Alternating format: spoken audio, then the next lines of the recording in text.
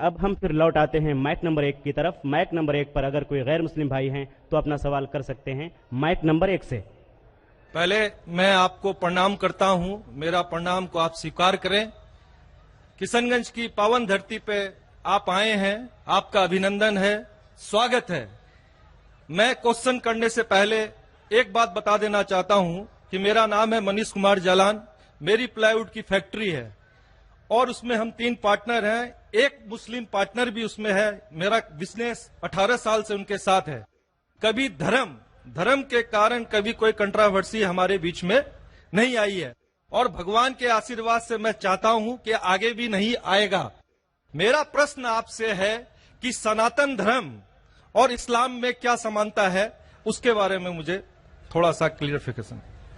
भाई साहब का सवाल है कि उसकी प्लाईवुड की फैक्ट्री है, 3 पार्टनर, एक पार्टनर मुसलमान है, कभी भी कंट्रोवर्सी नहीं है और इंशाल्लाह नहीं आएंगी। उनका सवाल है कि सनातन धर्म और इस्लाम में क्या यकसानियत है, वो जानना चाहते हैं। हिंदू मजहब की सबसे अहम किताब है वेदा। दयानंद सरस्वती ने सनातन धर्म को और आम किया।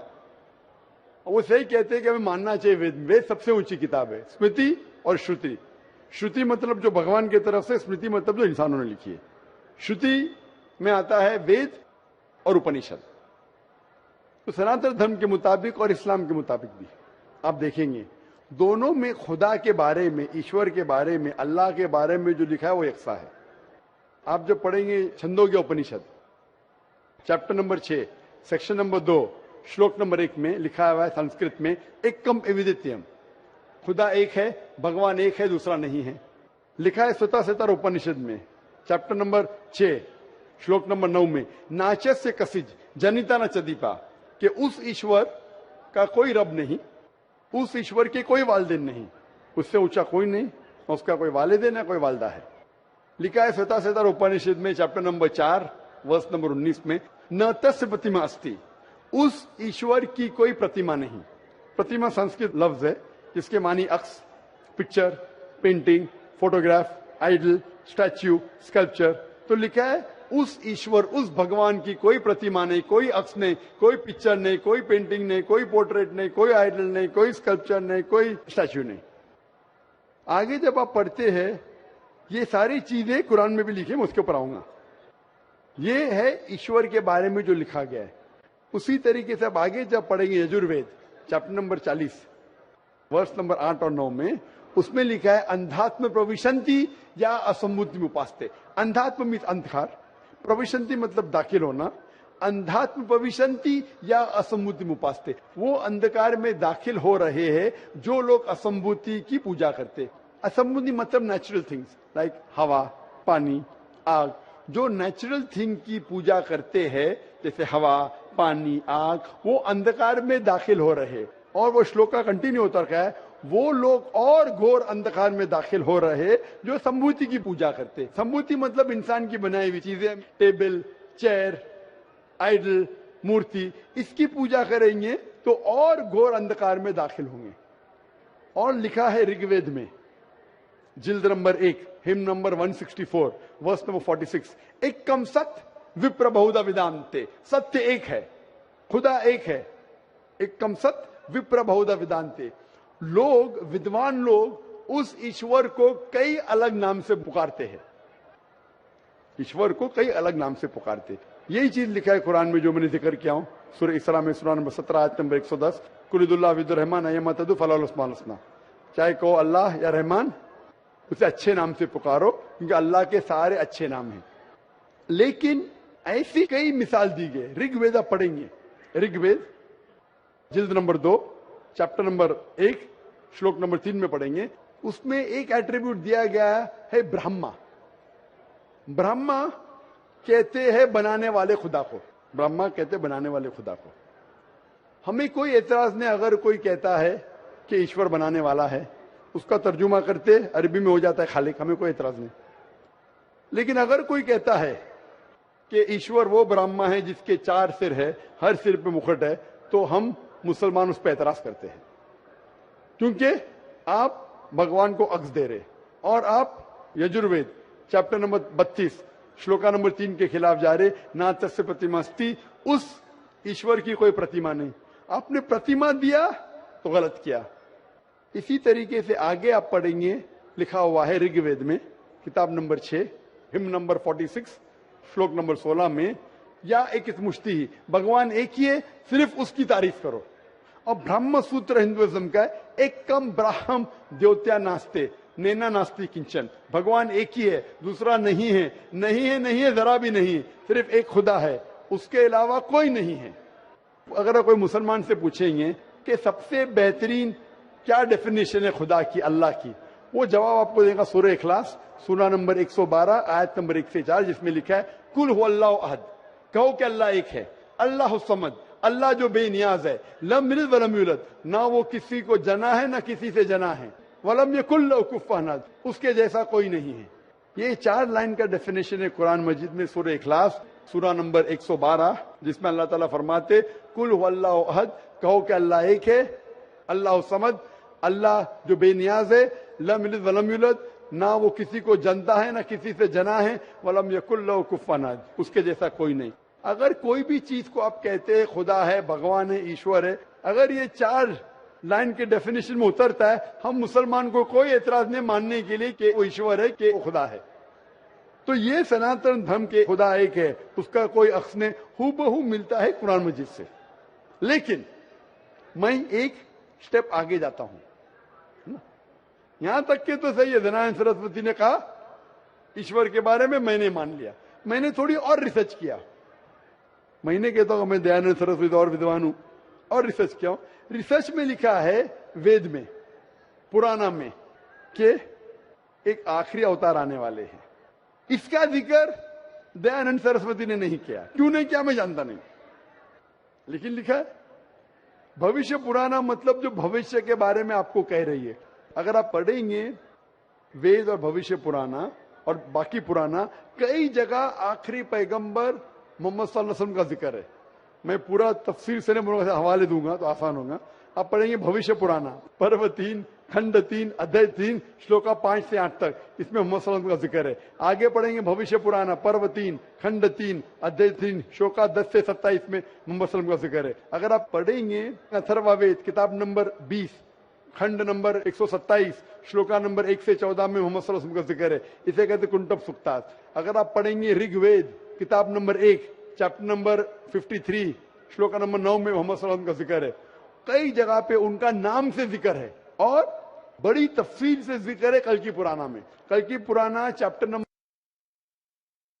5, 7, 9, 15 यहां पढ़ेंगे। इसमें लिखा है कि कल युग में, कल युग मतलब आखिरी युग में आएंगे आखिरी अवतार। अवतार जैसा मैंने कहा का मतलब नहीं कि भगवान नीचे आना। अवतार एक संस्कृत वर्ड है जिसका मानी अवत्र। अवत्र मतलब खुदा ने भेजा, खुद खुदा नहीं आ रहा है, it belongs to God, not God himself. इसीलिए इसका कॉन्सेप्ट है मैसेंजर, पैगंबर। तो कल युग में कल के अवतार आएगा, उसके बाप का नाम है विष्णु यास। विष्णु मतलब ईश्वर खुदा, यास मतलब खुदा का बंदा।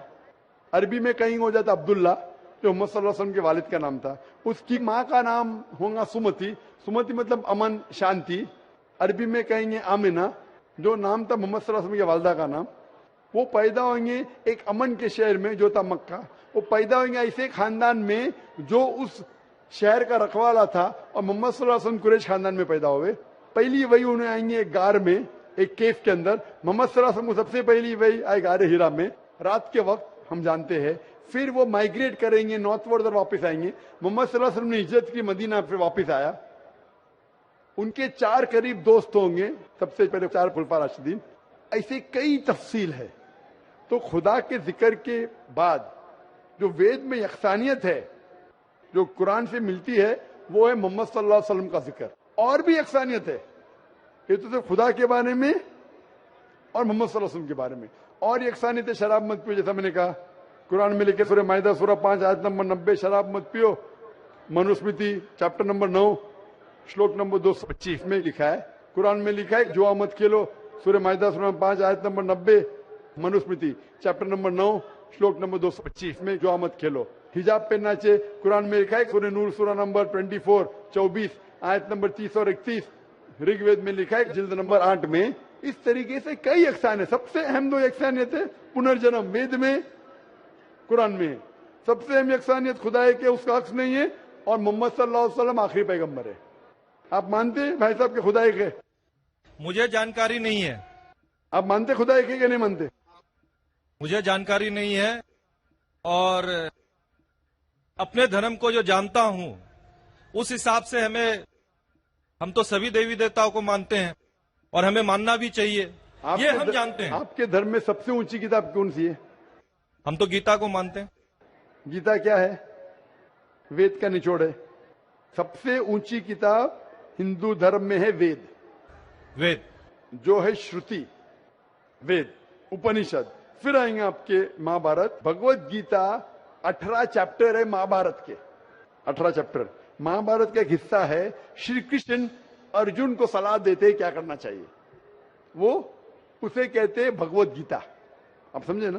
कहते हैं ये निचोड़ है वेद का, लेकिन वेद तो पहले समझो आप, बराबर ना? तो वेद में जब लिखा है इतना खास तौर के भगवान एक है, तो आप क्यों इतने देवी देवता में मानते नहीं? ये तो आपको तहकीक करना पड़ेगा ना। तो मैं जो कह रहा हूं उसे लिखिए, या ऑलरेडी अवेलेबल है किताब में, किताब जाइए पढ़िए, वेद पढ़िए। ये जाकिर मुंबई से आया बेगम बाकी तो नहीं कर रहा है, हवाला दे रहा है इधर से उधर, मैं भी फेंक रहा है। नहीं हो सकता है ना फेंक रहा हूं। नहीं, आप जितनी बात को बोल रहे हैं पीस टीवी में भी देखता हूं। देखते माशाल्लाह। हाँ, तो अब आप वेद के बारे में बोले हैं और बताए हैं, आपका चैप्टर नंबर और पन्ना नंबर तो मेरे दिमाग में आया नहीं कि ठीक है बोल रहे हैं तो कुछ होगा उसमें, कुछ तो होगा, कुछ तो कुछ होगा, कुछ ना कुछ होके छोड़िए, मत तहकीक कीजिए। नहीं क्या अब गलत क्या करूंगा। सही? अब नहीं, करेंगे। अब करेंगे। कितने दिन में कंप्लीट करेंगे? एक हफ्ते में कर लूंगा, कोई बड़ी बात थोड़ी है। एक हफ्ते में मैं आपके पार्टनर से पूछूंगा। आपने बोला अब तक कंट्रोवर्सी नहीं हुई। मेरा पार्टनर कंट्रोवर्सी होना जरूरी नहीं है, आप उसको अच्छाई की तरफ लेके आओ, वो आपको अच्छाई की तरफ लेके आएगा। कंट्रोवर्सी नहीं करना। अगर आदमी बोला 2 + 2 5, अरे जान दे यार, मेरा पार्टनर मुझे ज्यादा पैसा दे रहा है, 5 रुपया दे रहा है, 2 + 2 5, तो गलत है ये। गलत है तो बोलना चाहिए। कंट्रोवर्सी नहीं होना अच्छी बात नहीं, कंट्रोवर्सी होके सच्ची राह पे लेके आना अच्छी बात है। आप समझ रहे नहीं? तो आपके पार्टनर से कहो, इतने 18 साल से आपके पार्टनरशिप किए, अभी आप एक हफ्ते में तहकीक करेंगे जाकिर क्या बोलता है, और पार्टनर से डिस्कस करो, बराबर ना? आप ठीक बोल रहे हैं। मेरे पार्टनर का नाम भी मैं बताना चाहूंगा। सैयद मजरुल हसन साहब नाम है उनका। सैयद मजरुल हसन साहब, तो लाखों लोग सुन लिए ना। हाँ, तो सैयद मजरुल हसन साहब को, और हमारे से 15 साल बड़े भी हैं, मेरे से 15 साल बड़े भी हैं। हाँ। हमारी डिस्कस होती है, सब चैप्टर पर डिस्कस होती है। परंतु मैंने क्या कहा कि हमारे बीच में किसी तरह का कोई भी कंट्रोवर्सी नहीं होता है। और आपने वेद के बारे में बताया, जरूर मैं वेद को भी पढ़ूंगा। कंट्रोवर्सी नहीं है, कंट्रोवर्सी नहीं, यकसानियत है। आज कुछ आपसे लेके जा रहा हूं, मैं देखे नहीं जा रहा हूं, मैं आपसे लेके जा रहा हूं। मेरे मन में जिज्ञासा थी, मैं आपसे क्वेश्चन किया, आपने मेरे क्वेश्चन का जवाब दिया, इसके लिए मैं धन्य हूं। और मैं अपने जो आप वेद के बारे में बोले, मैं जरूर उसको पढ़ूंगा और 7 दिन में ही पढ़ूंगा। इंशाअल्लाह आप पढ़िए, तहकीक कीजिए, लेके जा रहे। अगर आप कबूल करेंगे तो मुझे देके भी जाएंगे सवाब इंशाअल्लाह। मेरा प्रणाम को फिर स्वीकार करें आप। इसी के साथ मैं अपने शब्दों को विराम देता हूं। Mic number. कोई प्रतिमा नहीं, प्रतिमा संस्कृत लफ्ज है जिसके मानी अक्स, picture, painting, photograph, idol, statue, sculpture. तो लिखा है उस ईश्वर, उस भगवान की कोई प्रतिमा नहीं, कोई अक्स नहीं, कोई पिक्चर नहीं, कोई पेंटिंग नहीं, कोई पोर्ट्रेट नहीं, कोई आइडल नहीं, कोई स्कल्पचर नहीं, कोई स्टैच्यू नहीं। आगे जब आप पढ़ते हैं, ये सारी चीजें कुरान में भी लिखी, मैं उसके ऊपर आऊंगा। ये है ईश्वर के बारे में जो लिखा गया है। उसी तरीके से अब आगे जब पढ़ेंगे यजुर्वेद चैप्टर नंबर 40 वर्ष नंबर 8 और 9 में, उसमें लिखा है अंधात्म प्रविशंति या असम्मुति उपास्ते। अंधात्म मीन्स अंधकार, प्रविशंति मतलब दाखिल होना। अंधात्म प्रविशंति या असम्मुति उपास्ते, वो अंधकार में दाखिल हो रहे हैं जो लोग असम्भूति की पूजा करते। असम्भूति मतलब नेचुरल थिंग्स लाइक हवा, पानी, आग। जो नेचुरल थिंग की पूजा करते हैं जैसे हवा, पानी, आग, वो अंधकार में दाखिल हो रहे। और वो श्लोक का कंटिन्यू होता है, वो लोग और घोर अंधकार में दाखिल हो रहे जो संभूति की पूजा करते। संभूति मतलब इंसान की बनाई हुई चीजें, टेबल, चेयर, आइडल, मूर्ति, इसकी पूजा करेंगे तो और घोर अंधकार में दाखिल होंगे। और लिखा है ऋग्वेद में जिल्द number 1 hymn number 164 verse number 46, एकम सत विप्र बहुधा विदांते, सत्य एक है, खुदा एक है, एकम सत्य विप्र बहुधा विदांते। लोग, विद्वान लोग उस ईश्वर को कई अलग नाम से पुकारते हैं, ईश्वर को कई अलग नाम से पुकारते हैं। यही चीज लिखा है कुरान में जो मैंने जिक्र किया हूं, सूरह इसरा में सूरह नंबर 17 आयत नंबर 110, कुलिदुल्लाह विदुर्रहमान अयमतदु फलाल उस्मान हसना। चाहे कहो अल्लाह या रहमान, उसे अच्छे नाम से पुकारो, क्योंकि अल्लाह के सारे अच्छे नाम हैं। लेकिन ऐसी कई मिसाल दी गई। ऋग्वेद आप पढ़ेंगे, ऋग्वेद जिल्द नंबर 2 चैप्टर नंबर 1 श्लोक नंबर 3 में पढ़ेंगे। उसमें एक एट्रीब्यूट दिया गया है ब्रह्मा। ब्रह्मा कहते हैं बनाने वाले खुदा को, ब्रह्मा कहते हैं बनाने वाले खुदा को। हमें कोई एतराज नहीं अगर आएंगे मोहम्मद सल्लल्लाहु अलैहि वसल्लम ने हिजरत की, मदीना पे वापस आया, उनके 4 करीब दोस्त होंगे, सबसे पहले 4 खुलफा राशिदीन, ऐसे कई तफसील है। तो खुदा के जिक्र के बाद जो वेद में यकसानियत है, जो कुरान से मिलती है, वो है मोहम्मद सल्लल्लाहु अलैहि वसल्लम का जिक्र। और भी यकसानियत है, ये तो सिर्फ खुदा के बारे में और मोहम्मद सल्लल्लाहु अलैहि वसल्लम के बारे में। और यकसानियत है शराब मत पियो, जैसा मैंने कहा कुरान में लिखे सूरह माइदा सूरह 5 आयत नंबर 90, शराब मत पियो। मनुस्मृति चैप्टर नंबर 9 श्लोक नंबर 225 में लिखा है, कुरान में लिखा है जुआ मत खेलो, सूरह माइदा सूरह 5 आयत नंबर 90, मनुस्मृति चैप्टर नंबर 9 श्लोक नंबर 225 में जुआ मत खेलो। हिजाब पहनना चाहिए, कुरान में लिखा है सूरह नूर सूरह नंबर 24 आयत नंबर 30 और 31, ऋग्वेद में लिखा है जिल्द नंबर 8 में। इस तरीके से कई यकसानियत, सबसे अहम 2 यकसानियत है पुनर्जन्म, वेद में कुरान में। सबसे अहम यकसानियत खुदा है कि उसका अक्स नहीं है, और मोहम्मद सल्लल्लाहु अलैहि वसल्लम आखिरी पैगंबर है। आप मानते हैं भाई साहब के खुदा एक है? मुझे जानकारी नहीं है। आप मानते खुदा एक है कि नहीं मानते? मुझे जानकारी नहीं है, और अपने धर्म को जो जानता हूं उस हिसाब से हम तो सभी देवी देवताओं को मानते हैं, और हमें मानना भी चाहिए, ये हम जानते हैं। आपके धर्म में सबसे ऊंची किताब कौन सी है? हम तो गीता को मानते हैं। गीता क्या है? वेद का निचोड़ है। सबसे ऊंची किताब हिंदू धर्म में है वेद। वेद जो है श्रुति, वेद, उपनिषद। फिर आएंगे आपके महाभारत, भगवत गीता 18 चैप्टर है महाभारत के, 18 चैप्टर। महाभारत का एक हिस्सा है, श्री कृष्ण अर्जुन को सलाह देते हैं क्या करना चाहिए, वो उसे कहते हैं भगवत गीता। आप समझे ना? कहते हैं ये निचोड़ है वेद का, लेकिन वेद तो पहले समझो आप, बराबर ना? तो वेद में जब लिखा है इतना खास तौर के भगवान एक है, तो आप क्यों इतने देवी देवता में मानते नहीं? ये तो आपको तहकीक करना पड़ेगा ना। तो मैं जो कह रहा हूं उसे लिखिए, या ऑलरेडी अवेलेबल है किताब में, किताब जाइए पढ़िए, वेद पढ़िए। ये कोई कहता है कि ईश्वर बनाने वाला है, उसका तर्जुमा करते अरबी में हो जाता है खालिक, हमें कोई एतराज नहीं। लेकिन अगर कोई कहता है कि ईश्वर वो ब्रह्मा है जिसके 4 सिर है, हर सिर पे मुकुट है, तो हम मुसलमान उस पर एतराज करते हैं, क्योंकि आप भगवान को अक्स दे रहे, और आप Yajurveda chapter number 32 shloka number 3 के खिलाफ जा रहे। ना तस्य प्रतिमास्ति, उस ईश्वर की कोई प्रतिमा नहीं। आपने प्रतिमा दिया तो गलत किया। इसी तरीके से आगे आप पढ़ेंगे, लिखा हुआ है ऋग्वेद में किताब नंबर 6 हिम नंबर 46 श्लोक नंबर 16 में, या एक मुश्ती ही, भगवान एक ही है, सिर्फ उसकी तारीफ करो। और ब्रह्म सूत्र हिंदुइज्म का है, एक कम ब्राह्म द्योत्या नास्ते नैना नास्ति किंचन। भगवान एक ही है, दूसरा नहीं है, नहीं है, नहीं है, जरा भी नहीं, सिर्फ एक खुदा है, उसके अलावा कोई नहीं है।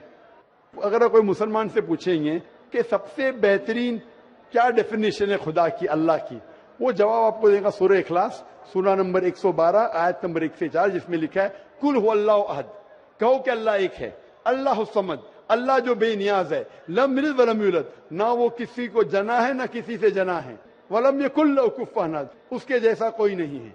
ये 4 लाइन का डेफिनेशन है कुरान मजीद में सूरह इखलास सूरा नंबर 112, जिसमें अल्लाह ताला फरमाते कुल हुवल्लाहु अहद, कहो कि अल्लाह एक है, अल्लाह समद, अल्लाह जो बेनियाज है, लम यलिद वलम यूलद, ना वो किसी को जनता है ना किसी से जना है, वलम यकुल लहू कुफुवन अहद, उसके जैसा कोई नहीं। अगर कोई भी चीज को आप कहते हैं खुदा है, भगवान है, ईश्वर है, अगर ये 4 लाइन के डेफिनेशन में उतरता है, हम मुसलमान को कोई एतराज नहीं मानने के लिए कि वो ईश्वर है कि वो खुदा है। तो ये सनातन धर्म के खुदा एक है, उसका कोई अक्स ने हूबहू मिलता है कुरान मजीद से। लेकिन मैं एक स्टेप आगे जाता हूं, यहां तक के तो सही है, दयानंद सरस्वती ने कहा ईश्वर के बारे में मैंने मान लिया। मैंने थोड़ी और रिसर्च किया। मैंने कहता हूं मैं दयानंद सरस्वती और विद्वान हूं, और रिसर्च किया। रिसर्च में लिखा है। अब हम फिर लौट आते हैं माइक नंबर 1 की तरफ। माइक नंबर 1 पर अगर कोई गैर मुस्लिम भाई हैं तो अपना सवाल कर सकते हैं माइक नंबर 1 से। पहले मैं आपको प्रणाम करता हूं, मेरा प्रणाम को आप स्वीकार करें। किशनगंज की पावन धरती पे आप आए हैं, आपका अभिनंदन है, स्वागत है। मैं क्वेश्चन करने से पहले एक बात बता देना चाहता हूं कि मेरा नाम है मनीष कुमार जालान, मेरी प्लाईवुड की फैक्ट्री है और उसमें हम 3 पार्टनर हैं, एक मुस्लिम पार्टनर भी उसमें है। मेरा बिजनेस 18 साल से उनके साथ है। कभी धर्म के कारण कभी कोई कंट्रोवर्सी हमारे बीच में नहीं आई है और भगवान के आशीर्वाद से मैं चाहता हूं कि आगे भी नहीं आएगा।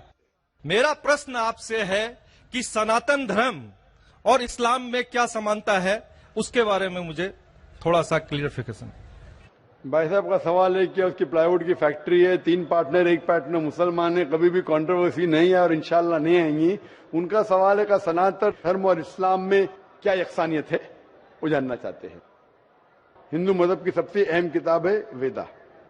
दयानंद सरस्वती ने सनातन धर्म को और आम किया। वो सही कहते हैं कि हमें मानना चाहिए वेद। वेद सबसे ऊंची किताब है। स्मृति और श्रुति। श्रुति मतलब जो भगवान की तरफ से, स्मृति मतलब जो इंसानों ने लिखी है। श्रुति में आता है वेद और उपनिषद। तो सनातन धर्म के मुताबिक और इस्लाम के मुताबिक भी आप देखेंगे दोनों में खुदा के बारे में, ईश्वर के बारे में, अल्लाह के बारे में जो लिखा है वो यकसा है। आप जब पढ़ेंगे छंदोग्य उपनिषद चैप्टर नंबर 6 सेक्शन नंबर 2 श्लोक नंबर 1 में लिखा हुआ है संस्कृत में, एकम एविदित्यम, खुदा एक है, भगवान एक है, दूसरा नहीं है। लिखा है स्वतः उपनिषद में चैप्टर नंबर 6 श्लोक नंबर 9 में, नाचस्य कसिज जनिता न चदीपा, कि उस ईश्वर का कोई रब नहीं, उस ईश्वर के कोई वालिदैन नहीं, उससे ऊंचा कोई नहीं, उसका कोई वालिदैन है, कोई वालदा है।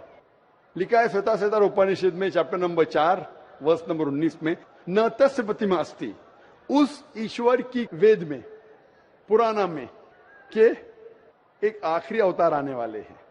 इसका जिक्र दयानंद सरस्वती ने नहीं किया। क्यों नहीं किया मैं जानता नहीं, लेकिन लिखा है भविष्य पुराना, मतलब जो भविष्य के बारे में आपको कह रही है। अगर आप पढ़ेंगे वेद और भविष्य पुराना और बाकी पुराना, कई जगह आखिरी पैगंबर मोहम्मद सल्लल्लाहु अलैहि वसल्लम का जिक्र है। मैं पूरा तफसील से हवाले दूंगा तो आसान होगा। आप पढ़ेंगे भविष्य पुराना पर्व 3 खंड 3 अध्याय 3 श्लोका 5 से 8 तक, इसमें मोहम्मद सल्लल्लाहु अलैहि वसल्लम का जिक्र है। आगे पढ़ेंगे भविष्य पुराना पर्व 3 खंड 3 अध्याय 3 श्लोका 10 से 27 में मोहम्मद सल्लल्लाहु अलैहि वसल्लम का जिक्र है। अगर आप पढ़ेंगे अथर्ववेद किताब नंबर 20 खंड नंबर 127 श्लोका नंबर 1 से 14 में मोहम्मद सल्लल्लाहु अलैहि वसल्लम का जिक्र है। इसे कहते कुंटब सुक्तात। अगर आप पढ़ेंगे ऋग्वेद किताब number 1 chapter number 53 shloka number 9 में मोहम्मद सल्लल्लाहु अलैहि वसल्लम का जिक्र है। कई जगह पे उनका नाम से जिक्र है और बड़ी तफसील से जिक्र है कल की पुराना में। कल की पुराना चैप्टर नंबर 5, 7, 9, 15 यहां पढ़ेंगे। इसमें लिखा है कि कल युग में, कल युग मतलब आखिरी युग में आएंगे आखिरी अवतार।